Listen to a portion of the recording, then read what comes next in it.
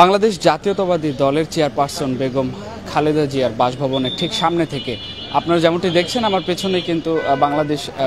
সেনা সদস্যরা তারা এখানে কঠোর অবস্থানে রয়েছে এবং পাশাপাশি আমরা যদি আপনাদেরকে জানিয়ে দেই আজকে কিন্তু ঠিক 10:30 নাগাদ কিন্তু বাংলাদেশ বিমানবন্দরে এসে তিনি নামবেন এবং তিনি কিন্তু গতকাল কাতারে সকাল 9টায় রওনা দিয়েছেন এবং আজকে সকাল 10:30টার দিকে কিন্তু তিনি বাংলাদেশে এসে পৌঁছাবেন এবং তারপর থেকেই কিন্তু সেখান থেকে তিনি তার বাসভবনের দিকে আসবেন। মূলত এটিকে কেন্দ্র করে আমরা যেমনটি দেখেছি যে আইনশৃঙ্খলা বাহিনীর কিন্তু কঠোর অবস্থান রয়েছে চারিদিকে এবং পুলিশ থেকে শুরু করে পুলিশ, র্যাব এবং আমরা যদি আপনাদেরকে দেখানোর চেষ্টা করি ঠিক আমার পেছনে রয়েছে বাংলাদেশ সেনাবাহিনীর সদস্যরা, তারাও কিন্তু এখানে কঠোর অবস্থানে রয়েছে এবং সেই সাথে আমরা যদি আপনাদেরকে জানিয়ে রাখি যে তাদের দলের যে 10টি নির্দেশনা ছিল সেই 10টি নির্দেশনা মোতাবেক কিন্তু তাদের নেতাকর্মীরাও দাঁড়িয়ে পড়েছে রাস্তার বিভিন্ন পাশে, আমরা যেমনটি সে দেখেছি এবং আপনাদেরকে যদি একটু দেখানোর চেষ্টা করি যে কঠোর অবস্থানে রয়েছে বাংলাদেশ সেনাবাহিনীর সদস্যরা। আপনারা যেমনটি দেখতে পাচ্ছেন ঠিক গুলশান 2 বাংলাদেশ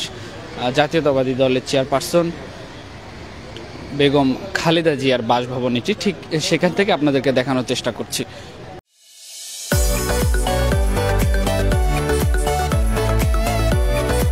দেখেন আজকে মাথা উঁচু করে লন্ডনের চিকিৎসা শেষ করে দীর্ঘ প্রায় 16-17 বছর পরে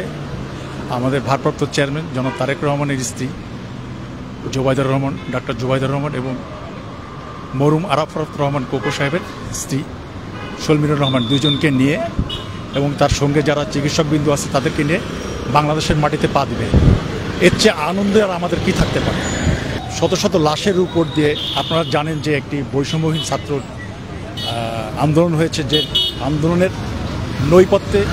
খুব নিজেকে লুকিয়ে রেখেছিলেন জনাব তারেক রহমান, যিনি যে এটার নেতৃত্বে ছিলেন সে কখনো এটা প্রকাশ করেননি। আপনারা জানেন যে জামাত ইসলামের আমির ডক্টর শফিকুর রহমান কিন্তু বলেছে স্পষ্ট করে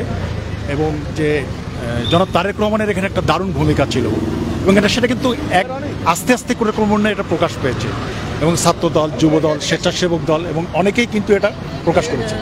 আজকে আসছি আমাদের আবেগ ঘন দিনের এরকম একটা সুন্দর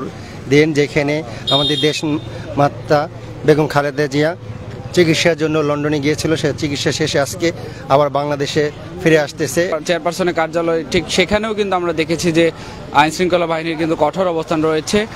বাসভবন ঘিরে এবং আমরা আরেকটি বিষয় আপনাদেরকে একটু দেখানোর চেষ্টা করব যে রাস্তার দুপাশে কিন্তু আইনশৃঙ্খলা বাহিনীর অবস্থান, সেই সাথে হাতে কিন্তু ব্যানার ফেস্টুন নিয়ে অনেকেই দাঁড়িয়ে আছে আমরা যেমনটি আপনারা দেখছেন। আমরা এই পাশে যারা হাতে বিভিন্ন ব্যানার নিয়ে দাঁড়িয়ে আছে আমরা যেমনটি দেখছি যে লুৎফর রহমান বাবর সহ অনেকেরই ছবি সহ আমরা ফেস্টুন দেখতে পাচ্ছি। মূলত আমরা তাদের সাথে একটু কথা বলার চেষ্টা করব। খালেদা জিয়া দেশে আসতেছে চিকিৎসা শেষে, আমরা খুবই আনন্দিত। আমাদের নেত্রী বাংলাদেশে সুস্থভাবে আসতেছে, এটাই আমাদের আনন্দিত। আমরা যদি আপনাদেরকে ঠিক জানিয়ে রাখি যে অনেকেই কিন্তু এসেছেন এখানে নেতাকর্মীরা, যারা